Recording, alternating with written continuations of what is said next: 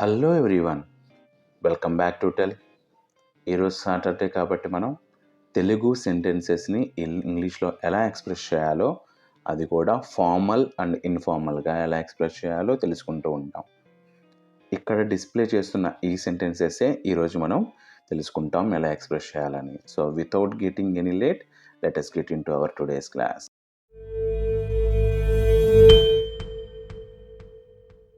ఈరోజు మన first sentence, ఇది ప్రతి విద్యార్థి తెలుసుకోవాల్సిన విషయం. ఎవ్రీ సెంటెన్స్ ముందు ఒక్కసారి పాజ్ చేసి మీరు ఫామ్ చేయగలుగుతున్నారో లేదో రాసుకోండి, లేదా మీ మనసులో అనుకోండి. ఇక్కడ చూపించే వాటిలో ఏ ఒక్క సెంటెన్స్ ఉన్నా మీరు కరెక్ట్గా ఫామ్ చేసినట్లే. జనరల్గా అయితే దీన్ని ఫామ్ చేసినప్పుడు this is something every student should no అని వస్తుంది మనకి. కానీ దీన్ని మనం ఫార్మల్ అండ్ ఇన్ఫార్మల్గా చూద్దాం. ఫార్మల్గా, this is essential information that all students ought to be aware of. Every student is expected to be familiar with this. It is crucial for each student to understand this. This is a fundamental concept that every student must grasp. It is imperative that all students are informed of this. Imperative అంటే తప్పనిసరిగా, అత్యవసరంగా అనే అర్థంతో వస్తుందన్నమాట imperative అంటే. ఇప్పుడు మనం దీన్నే ఇన్ఫార్మల్గా చూద్దాం. This is something all students need to know. Every student should know this. This is something students gotta be aware of. Gotta అంటే going to be.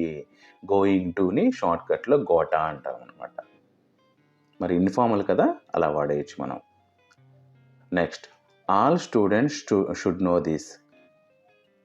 This is stuff every student should get.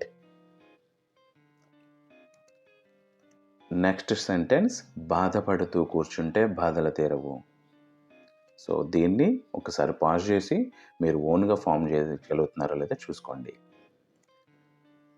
Sitting down won't make the suffering disappear అనేది మనం జనరల్గా form చేసేది. But దీన్ని formal and ఇన్ఫార్మల్గా చూద్దాం. ఫార్మల్గా చేసినప్పుడు అంటే ఇదే విషయాన్ని మనకంటే పెద్దవాళ్ళకి చెప్పడానికి, పద్ధతిగా చెప్పడానికి, వాళ్ళకి ఎలా పడితే అలా చెప్తే హర్ట్ అవుతారు. వాళ్ళకి మనం పద్ధతిగానే చెప్పాలి. అది ఫార్మల్ అంటే. Your suffering will persist if you remain idle. Idle అంటే ఏమీ చేయకుండా కూర్చోవటం అనమాట. The hardship will continue if you choose inaction. Enduring pain will not cease if you remain seated. Enduring pain, భరించే బాధ అని అర్థం. ఎండ్యూరింగ్ అంటే భరించడం, తట్టుకోవడం అని అర్థం. Remaining passive will not bring an end to your suffering. Suffering will not be alleviated by inaction. Alleviated అంటే తగ్గించగలగటం, తీసివేయగలగటం అన్నమాట. అందుకని ఇక్కడ ఆ వర్డ్ యూజ్ చేయడం జరిగింది. ఇదే దాన్ని మనం ఇన్ఫార్మల్గా చూద్దాం. You won't stop suffering if you just sit around. The pain is not going anywhere if you keep sitting still. Things won't get better if you just sit back and do nothing. You are not going to stop suffering by staying put. ఇలా ఇన్ఫార్మల్గా express చేయొచ్చు. Next sentence, ఎందుకు అరుస్తున్నావు. So every one could get it. ఏంటి అంటే why are you shouting. సింపుల్గా ఉంటుంది ఇది, బట్ దీన్నే మనం ఫార్మల్గా ఎలా చెప్పచ్చో చూద్దాం.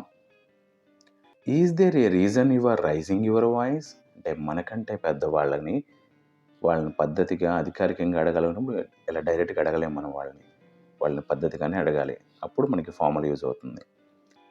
Next, may I ask why you are speaking so loudly. Could you explain why you are being so loud. What is the cause of your elevated tone. Is there a particular reason for your loud tone. ఇలా ఉంటుంది. ఇన్ఫార్మల్గా మనం why are you shouting అనేయచ్చు, and ఇన్ని రకాలుగా అనుకోవచ్చు. ఇక్కడ చూపించినట్లుగా why are you yelling. Yelling అంటే కూడా అరవటం అనే అనమాట. What is with all the shouting. Hey, why are you so loud. Why are you making such a racket. What's up with the loud voice ఎలా ఎక్స్ప్రెస్ చేయొచ్చు దీన్ని. నెక్స్ట్ సెంటెన్స్, ప్రయత్నం చేయకుండా చిన్న విజయం కూడా సాధ్యం కాదు.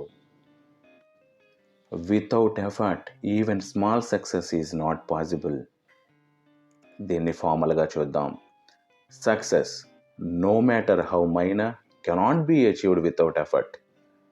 విజయం ఎంత చిన్నదైనా కానీ ప్రయత్నం లేకుండా దాన్ని మనం అచీవ్ చేయలేం. అదే దాని ఎగ్జాక్ట్ మీనింగ్ అనమాట.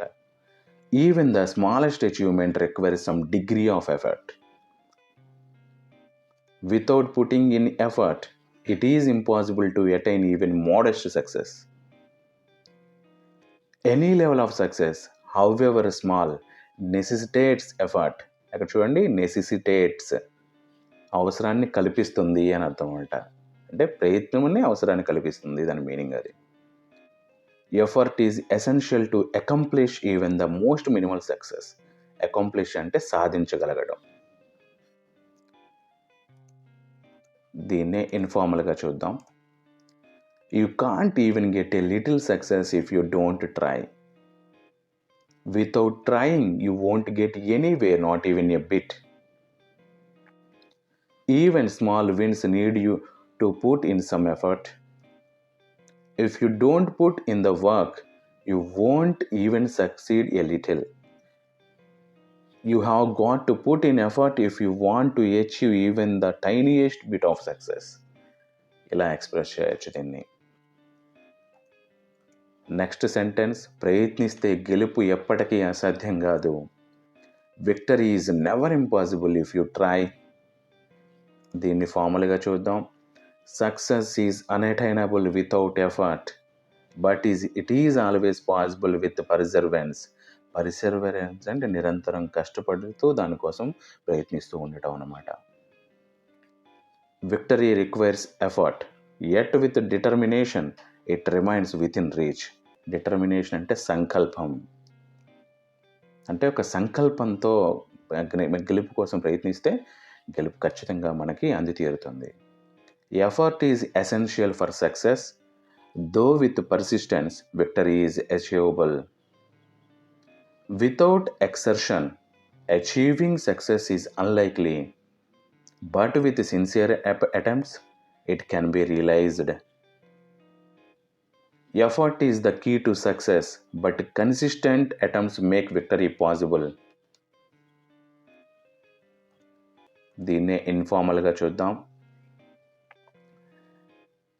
You won't win without trying, but if you put in the work, it's doable. Doable అంటే చేయగలగటం అనమాట. You can't expect to win without putting in the effort, but you try, it's not possible. If you don't put in the effort, winning is out of the question, but giving it a go can make it happen. Winning is not possible if you give it your all, but you have got to try. Without effort, you won't get there, but if you just keep trying, you will make it happen. ఇన్ని రకాలుగా ఈ సెంటెన్సెస్ని మనం express చేయొచ్చు. సింపుల్గా చెప్పాలంటే victory is never impossible if you try. ఇలా సింపుల్గా చెప్పేయచ్చు. But ఎన్ని రకాలుగా ఒక విషయాన్ని ఎక్స్ప్రెస్ చేయొచ్చు అనే దాన్ని మీకు తెలియజేయడం కోసమే ఈ సిరీస్ని నేను మీ ముందుకు తీసుకొచ్చాను. So me doubts and requirements ఏమైనా ఉంటే కామెంట్స్లో మెన్షన్ చేయండి. యాజ్ సూన్ యాజ్ పాసిబుల్ వాటికి నేను రిప్లై ఇస్తాను, మీ డౌట్స్ క్లారిఫై చేస్తాను. So that's for today, signing off.